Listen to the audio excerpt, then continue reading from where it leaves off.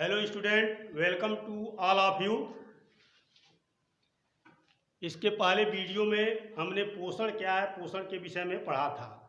अपचय, उपचय, उपापचय क्रिया के बारे में अध्ययन किया था। उसके बाद से आता है पाचन तंत्र। तो पाचन तंत्र में पाचन तंत्र का अध्ययन करने से पहले हम जो है मुख गुहा के बारे में अध्ययन करेंगे। पाचन तंत्र, मनुष्य का पाचन तंत्र एक बड़े आहार नाल से होकर के गुजरता है। उस आहार नाल की लंबाई लगभग 8 मीटर से लेकर के 10 मीटर तक होती है। तो इसमें देखेंगे पाचन तंत्र में आहार नाल का जो सबसे प्रमुख भाग होता है वह होता है मुख एवं मुख गुहा, यानी बक्कल एवं बक्कल कैविटी। तो मुख एवं मुख गुहा, तो मुख गुहा में सबसे पहले हम देखेंगे मुख गुहा की जो बनावट होती है वह जो है 2 होठों से होती है, और ये दोनों होठ जो होते हैं निचली जबड़े से और एक ऊपरी जबड़े से।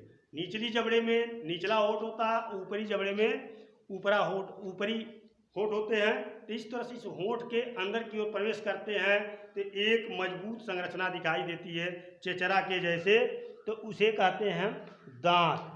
तो दांत की संरचना के बारे में हम अध्ययन करेंगे। दांत की बनावट कैसे होती है, दांत कितने प्रकार के होते हैं, मनुष्य के जीवन में कितने बार दांत निकलते हैं, और विभिन्न प्रकार के दांतों का जो है क्या कार्य है। तो सबसे पहले यहाँ देखेंगे मनुष्य के दांत के भाग देखेंगे कि मनुष्य के दांत के भाग कैसे हैं, यानी मनुष्य के दांत की संरचना कैसी है और उसके भाग कैसे हैं।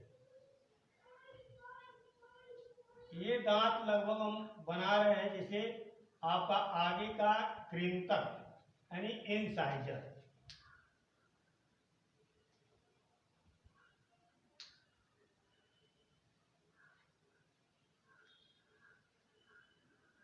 ये मनुष्य के दांत की संरचना है। इसमें जो है मसूड़े भरे रहते हैं यहाँ तक। तो ये जो चमकीला दांत का भाग जो दिखाई देता है मनुष्य में, जो आगे की तरफ फ्रंट वाला, ये जो दांत का पार्ट है, इस पार्ट को जो है इसे कहते हैं ताज। यह दांत का जो है भाग जो होता है वह ताज होता है, जिसे मुकुट कहते हैं, हिंदी में मुकुट कहते हैं, और अंग्रेजी में इसे इस ताज को क्राउन कहते हैं। यह क्राउन है, CROWN। तो दांत का सबसे ऊपरी हिस्सा जो होता है वह क्राउन होता है। दांत जो है 3 भागों में बटे होते हैं, अर्थात दांत के 3 भाग होते हैं। सबसे ऊपर वाले चमकीले भाग को क्राउन कहते हैं, या हिंदी में ताज या मुकुट कहते हैं। उसके नीचे जो 2 दांतों के बीच में गैप होता है, हल्का सा मसूड़े में भाग होता है, यहाँ से ये पार्ट जो होता है यहाँ तक थोड़ा सा पार्ट जो होता है इसे कहते हैं, यहाँ से ये पार्ट जो होता है वह होता है ग्रीवा, गर्दन। दांत का यह जो है गर्दन होता है, इसे ग्रीवा कहते हैं। इसे अंग्रेजी में नेक कहते हैं, यानी ECK। तो पहला भाग दांत का हो गया ताज या क्राउन। दूसरा भाग हो गया जो है मसूड़े में एडजस्ट होता है, उसे कहते हैं ग्रीवा। और हमारे जो इस भाग में हड्डी में एडजस्ट होता है तो इसे कहते हैं रूट। या दांत का जो भाग होता है इसे कहते हैं जड़। जड़ या मूल, अंग्रेजी में इसे कहते हैं रूट। तो दांत के 3 भाग हो गए। एक पहला हो गया क्राउन, दूसरा हो गया नेक, तीसरा हो गया आपका रूट। दांत के 3 भाग होते हैं। इसके ऊपर एक पेंट होता है, पॉलिश होता है, से डेंटिल्स या दंत बल्ब कहते हैं, जिससे दांत की सुरक्षा होती है। अब आते हैं कि दांत जो है जीवन में कितने बार निकलते हैं। तो दांत जो है जीवन में 2 बार निकलते हैं। एक दांत जो है जीवन में दूध का दांत एक होता है, जिसे छीर के दांत कहते हैं, या टेम्पोररी टीथ यानी अस्थायी दांत होते हैं। दूसरा बार दांत निकलता है उसे कहते हैं अस्थायी दांत, परमानेंट टीथ। इसे अक्ल, दाढ़ या बुद्धि के दांत कहते हैं। तो जीवन में 2 बार दांत निकलते हैं। एक 6 माह के आयु से ही बच्चे का दांत निकलना शुरू हो जाता है। उस दांत को जब उस समय बच्चा माँ का दूध पी रहा होता है तो उस समय के दांत को जो है हम क्षीर या दूध के दांत या मिल्क टीथ कहते हैं। इन दांतों के टूटने के बाद जो है इनके स्थान पर जो है बुद्धि के दांत या अक्ल दाढ़ या जो है परमानेंट टीथ कहते हैं। यह दांत जब निकल जाता है तो टूटने के बाद जीवन में पुनः नहीं आता है। तो जीवन में 2 बार दांत निकलते हैं, इसलिए मनुष्य को द्विबार दंती कहा गया है। फिर आता है विषम दंती। मनुष्य को विषम दंती भी कहा गया है, क्योंकि मनुष्य का दांत जो है 4 प्रकार के होते हैं। उनकी संरचना जो है 4 प्रकार की होती है, बनावट भिन्न भिन्न होती है, इसलिए उसे विषम दंती कहा गया है। जैसे 4 प्रकार के दांत जो होते हैं, कृंतक, रदनक, अग्र चबाणक और चबाणक, यानी इंसाइजर, कैनाइन, प्रीमोलर और मोलर। तो दांत की बनावट के आधार पर मनुष्य को विषम दंती कहा गया। फिर मनुष्य को कहा जाता है गर्त दंती। गर्त दंती का मतलब यह हुआ कि मनुष्य का दांत जो है एक सॉकेट में, जैसे ये है, जैसे हम चाक लिए हुए हैं और 2 हड्डियों के बीच में ऐसे फंसाए हुए हैं, जैसे दांत इसमें सॉकेट में फिक्स है तो गर्त में है। गर्त मतलब होता है गड्ढा, तो गड्ढे में फिट होता है, यानी 2 हड्डियों के बीच में फिट होता है, इसलिए मनुष्य को गर्त दंती कहा गया। तो मनुष्य जो है को जो है द्विबार दंती, विषम दंती, गर्त दंती प्राणी कहा गया है। तो इसके पहले मैंने बताया कि मनुष्य के जीवन में 2 बार दांत आते हैं, जो है दूध के दांत और बुद्धि के दांत। तो दूध के दांत को जो है हम कहते हैं मिल्क टीथ और बुद्धि के दांत को कहते हैं वाइल्ड टीथ। अगर जब शिशु 6 माह का होता है तभी जो है दूध के दांत निकलना आरंभ हो जाता है। 6 माह के आयु पर ही बच्चे को क्या जो है दूध के दांत निकलने शुरू हो जाते हैं और 2 या 2.5 साल के बीच में यह दांत निकलते रहते हैं और इनकी संख्या जो है दूध के दांतों की या जो है टेम्पोररी टीथ की दांतों की संख्या 20 हो जाती है।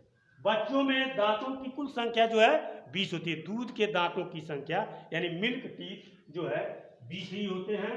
और ये मिल्क टीथ जो है जब बच्चा 6 या 7 वर्ष का हो जाता है, जब बच्चे की आयु 6 या 7 साल की हो जाती है तो ये दांत धीरे धीरे टूटने लगते हैं। लगभग 12 वर्ष की आयु तक लगभग ये सारे दांत टूट करके गिर जाते हैं और उनके स्थान पर जो है धीरे धीरे अस्थाई दांत निकलने लगते हैं, जिसे परमानेंट टीथ कहते हैं।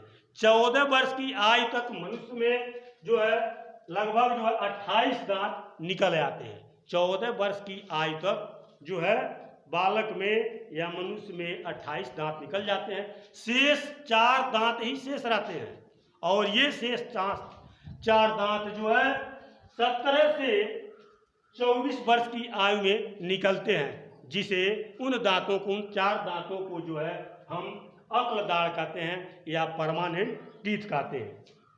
अब आता है इसके बाद दंत सूत्र, दांत के सूत्र, दूध के दांत या क्षीर के दांत।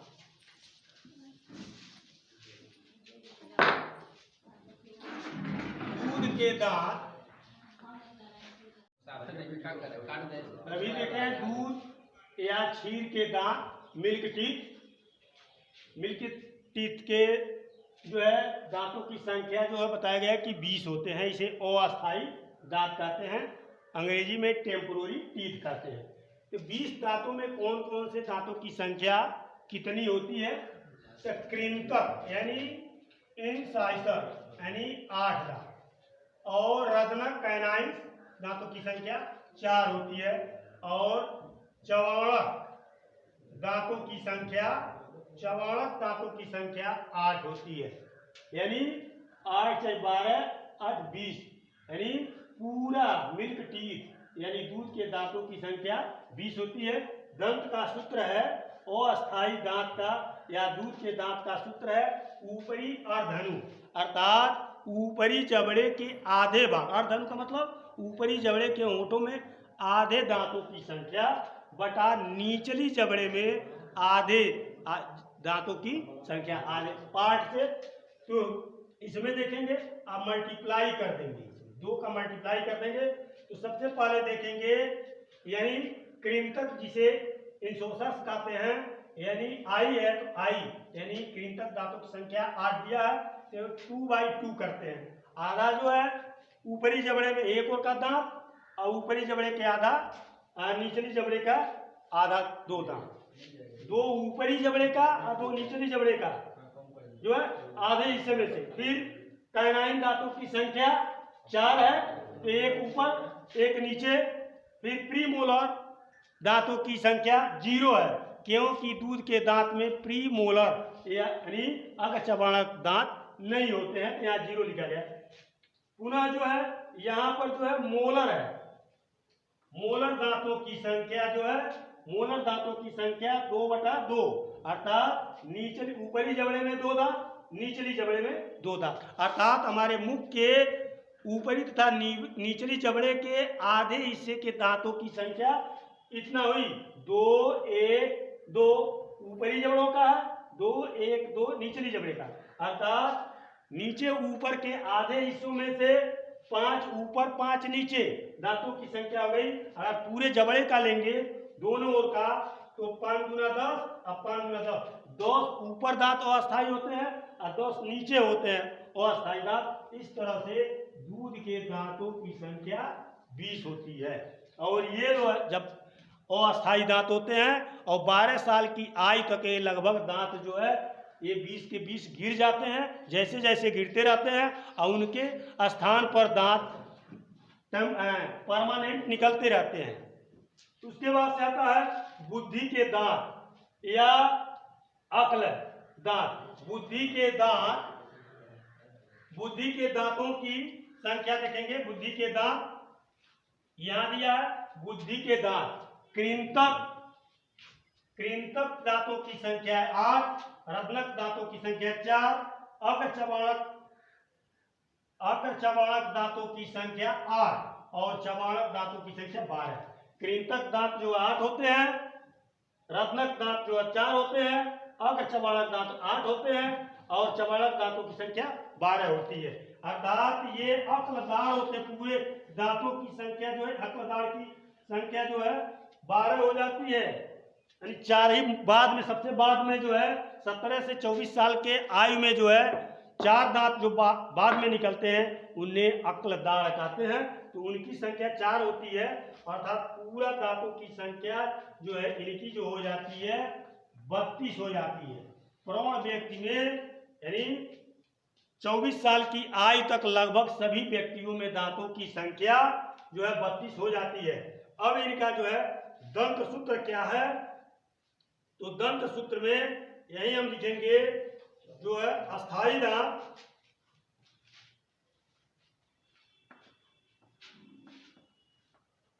बुद्धि के दांत के सूत्र। अस्थायी दांत जिसे कहते हैं परमानेंटिक, ऊपरी अर्धहनु बटा निचली अर्धहनु। इसमें जो देखेंगे ऊपरी जबड़े में और निचली जबड़े में 2-2 दांतों की संख्या होती है। फिर ये भी होती है, यही दांतों की संख्या प्रीमोलर की जो है बदल जाती है। यहाँ पर पुनः जो है 2-2 दांत बाद में निकलते हैं प्रौढ़ व्यक्ति में, और फिर यहाँ पर एक दांतों की संख्या कम होगी तो यहाँ पर निकलते हैं 3-3 दांत।